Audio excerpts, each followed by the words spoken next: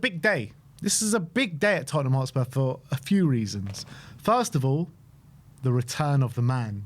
The captain, Son Heung-min, is coming back to Tottenham Hotspur. He's going to be not announced, but, come out in front of the crowd to say his goodbyes. It's going to be an emotional moment. It's going to be the unveiling of his mural outside the stadium as well. So just from that aspect alone, it's going to be quite an emotional day, and I can't wait for it, to be honest. I can't wait to see. He's going to break down in tears in front of everyone before the game, isn't he? Is he going to bring the trophy out? Yeah, he's got to. He's got to bring the trophy out. Get the captain. Give him the captain's armband. Yeah. Come on, and I can't wait. I'm really looking forward to seeing him back. And obviously, I did get to say goodbye to him in Korea personally, but obviously most Tottenham fans haven't been able to because he literally just went straight from Korea to LA, and it was always felt just wrong the way it all ended. Not that I'm sure he didn't want it to end like that, but that's just how football works sometimes. So I'm delighted that we finally going to get this moment in front of the Spurs fans. I'm really looking forward to what he's got to say, and I'm sure he's going to get a great reception from everyone, the players as well, and maybe it'll just give the players that little bit extra as well going into the game, seeing their old captain again. And I think there's something that's gone under the radar as well, which I think some people have pointed out, that do the squad miss him leadership wise. I think they do. You've seen players snapping at each other sometimes, and there's been, I know right now, we just got a good win, and I'm watching training, it does seem like a happy place, but I feel like Sonny was such a key cog in that dressing room to keep everyone together. He was friends with everyone, he was with all the friendship groups, and now he's gone.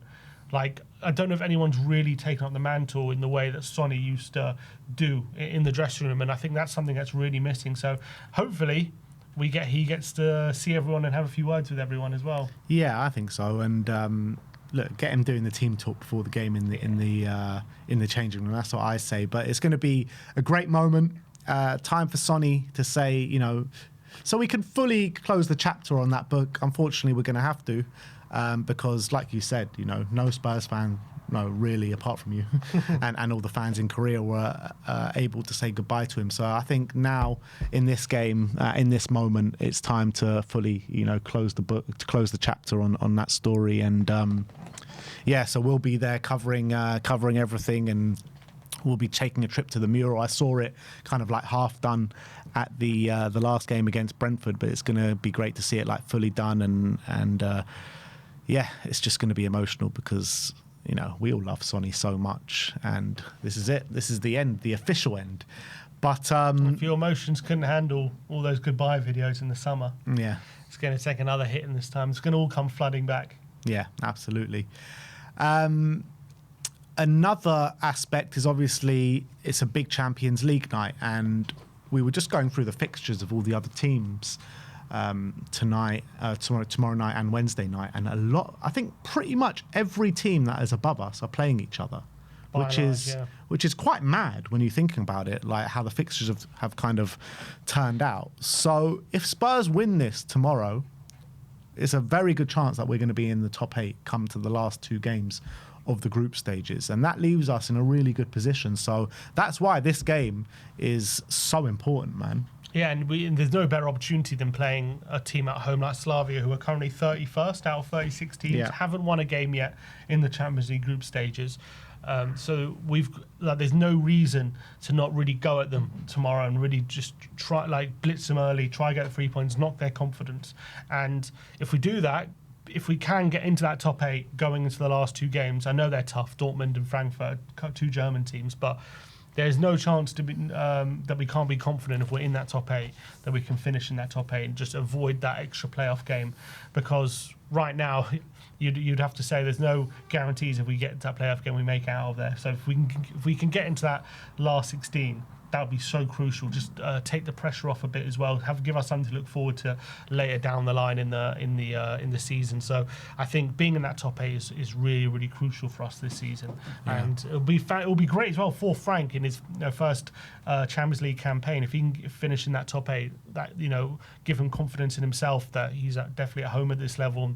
That'll give him a good platform to build off. So I think it's a really important game tomorrow. And off the back of a great performance against Brentford, we also need to keep that momentum going with the performance level and the results at home. We need to keep that good feeling at the Tottenham Stadium.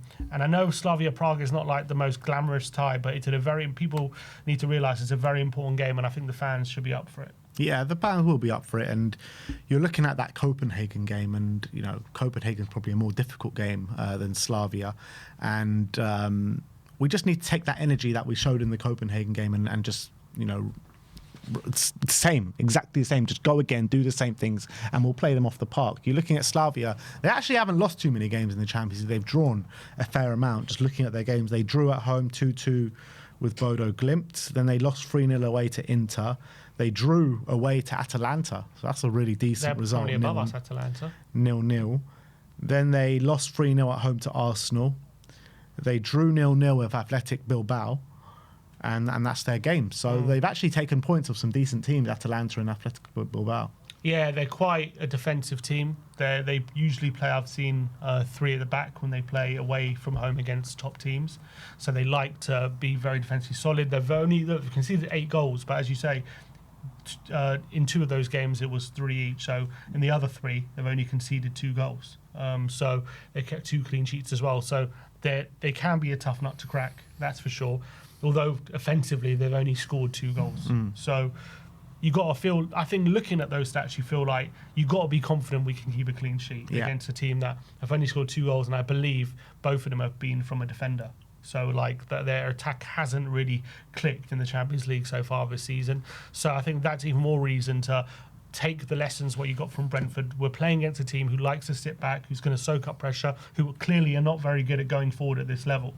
So you've just, again, this is another prime example of a game that you have to trust your own qualities, and we have to go into this game looking at the strength of our team, going at them, and we know if we play to our strengths, we're going to win this game. We shouldn't be too worried about what they're going to offer going behind us. We've got to focus about how do we break them down, how do we attack them, and how can we hurt them. If we do that, I'm pretty certain we're going to win this game. It'll be interesting to see what the kind of dynamic for Slavia Prague going into this game is, because they're sitting on 3 points, right, with 3 draws.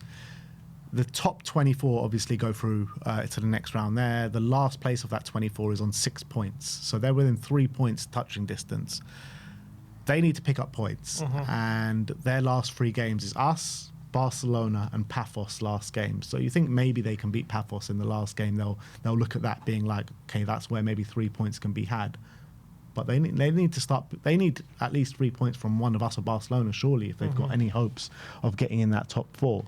So it'll be interesting what kind of dynamic they come into this game. Do they actually come and try and have a go? Do they sit back and try to hit us on the counter attack? If they do sit back and we score early, like what kind of dynamic are we going to see from Slavia Prague? What's their game plan going to be? It's going to be interesting. Question. There have been some at home to Bilbao. They did go for a back 4, so they did change it up a bit. Clearly, they were trying to go and win that game, but they did obviously draw 0-0. They didn't weren't able to score, but there was evidence that they did change up a bit in other games because if they saw an opportunity to try and win it. So do they see that opportunity against us tomorrow? I wouldn't be surprised, to be honest, because obviously if it's us or Barcelona, and we haven't been in great form at home for a lot of the season. Albeit both Champions League games at home we have won, but without conceding.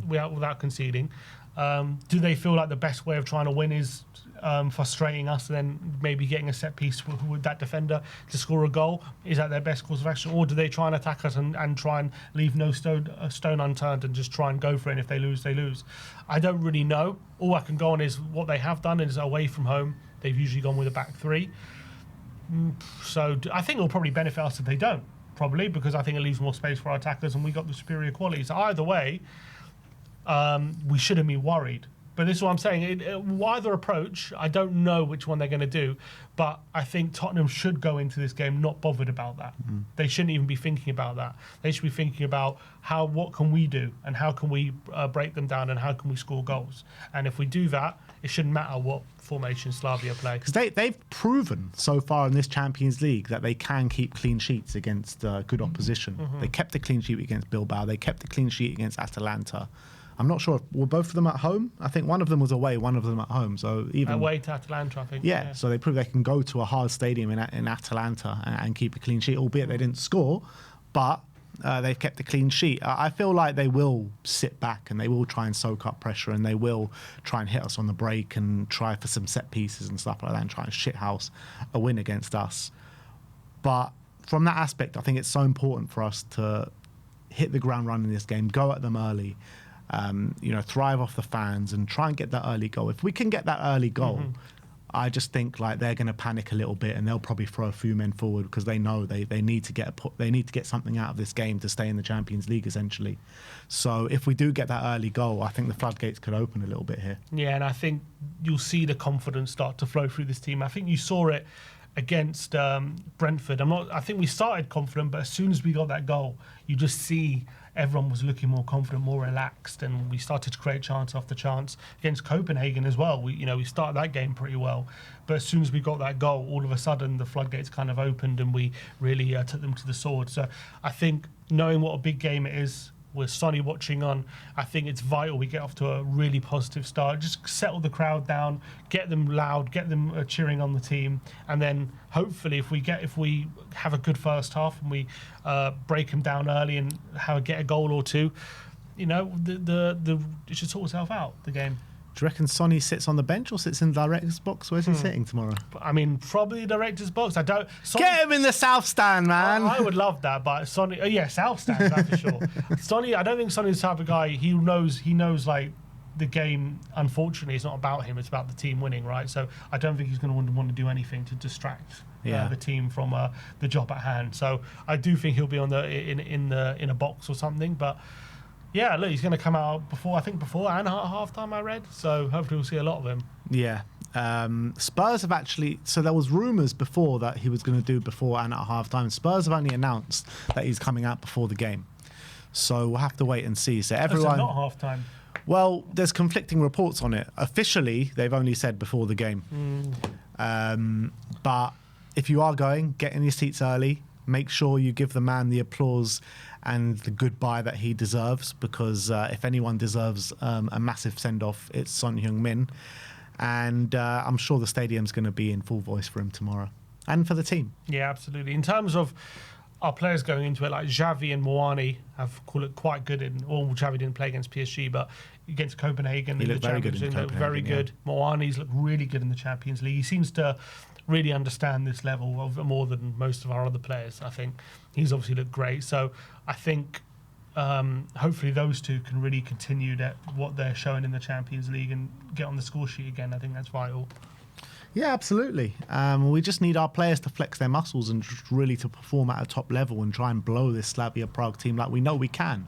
We blew Brentford away, and now it's time to go, and we blew Copenhagen away, and now we need to blow Slavia Prague away. And if we do that, a realistic chance of finishing in that top 8. And we all looked at these fixtures when they first came out and be like, look, we've got a genuine chance of finishing in top 8, and here we are with 3 games to go with that genuine chance. It's mad if you look at the 11 teams that are currently in the bottom, or who are currently heading out of the Champions League in the bottom 11, 5 of them we faced. Yeah. So 5 of our 8 games are going to be against teams who are likely to go out. Yeah, mad. Which is, you couldn't have asked for a better set of fixtures, could you? Yeah. So we've got no excuse, do we? No excuse whatsoever, albeit Frankfurt away and Dortmund at home in our last 2 games are difficult games. Yeah. They are difficult games. So it starts here. If we win here, we put ourselves in a great position. And then we welcome Dortmund to the Tottenham Hotspur Stadium. And we got a good record against Dortmund, to be fair. This Dortmund team bit up and down this season.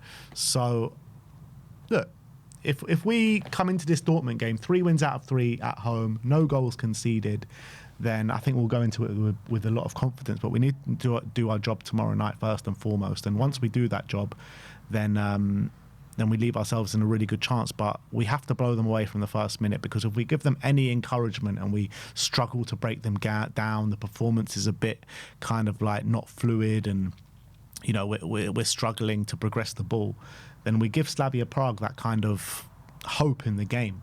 And you don't want to do that, because if it's going into 0-0, going into the second half, going into the last half an hour, then you're leaving it to chance and anything can happen. You know, it can go off someone's backside from a 30-yard ranger, or, you know, we don't step up to the edge of the box and we leave someone free on the edge of the box and they score a worldie, you know what I mean? So I think it's so important to just go out there 100 million miles per hour and get that early goal in the first 10, 15, 20 minutes.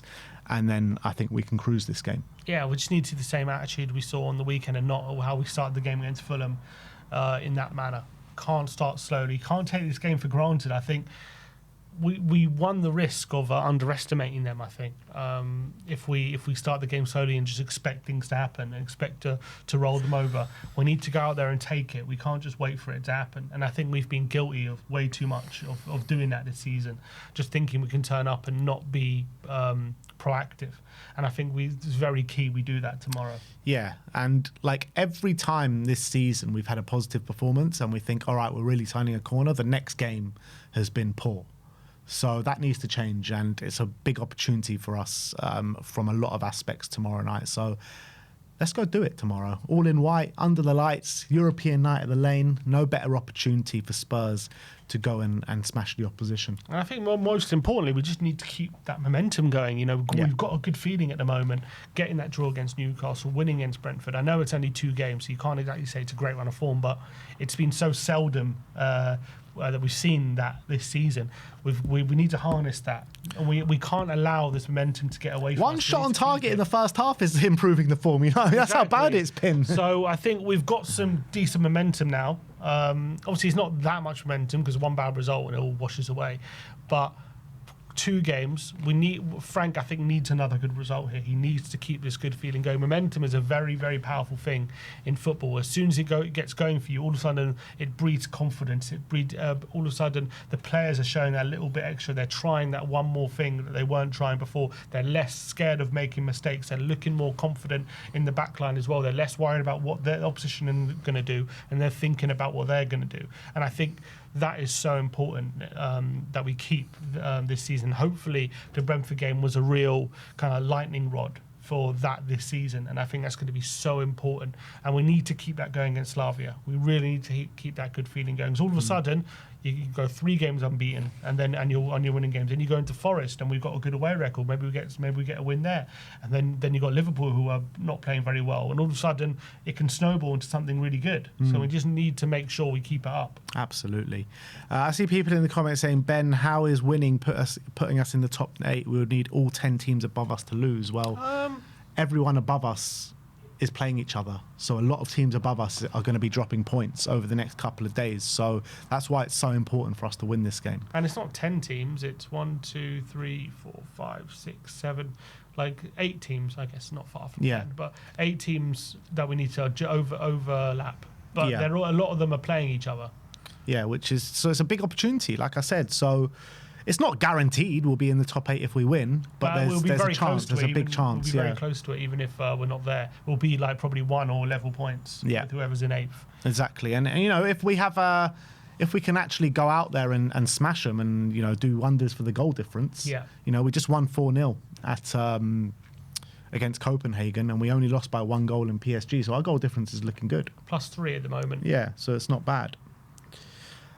So if we can go there and do 3-4, then our goal difference is looking really healthy.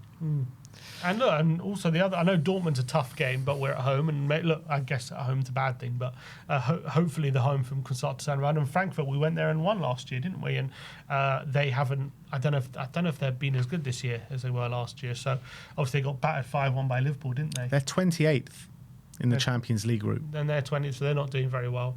So there's no reason why, you know, we can't be confident going to his last 2 games. And they're 7th in the Bundesliga as well.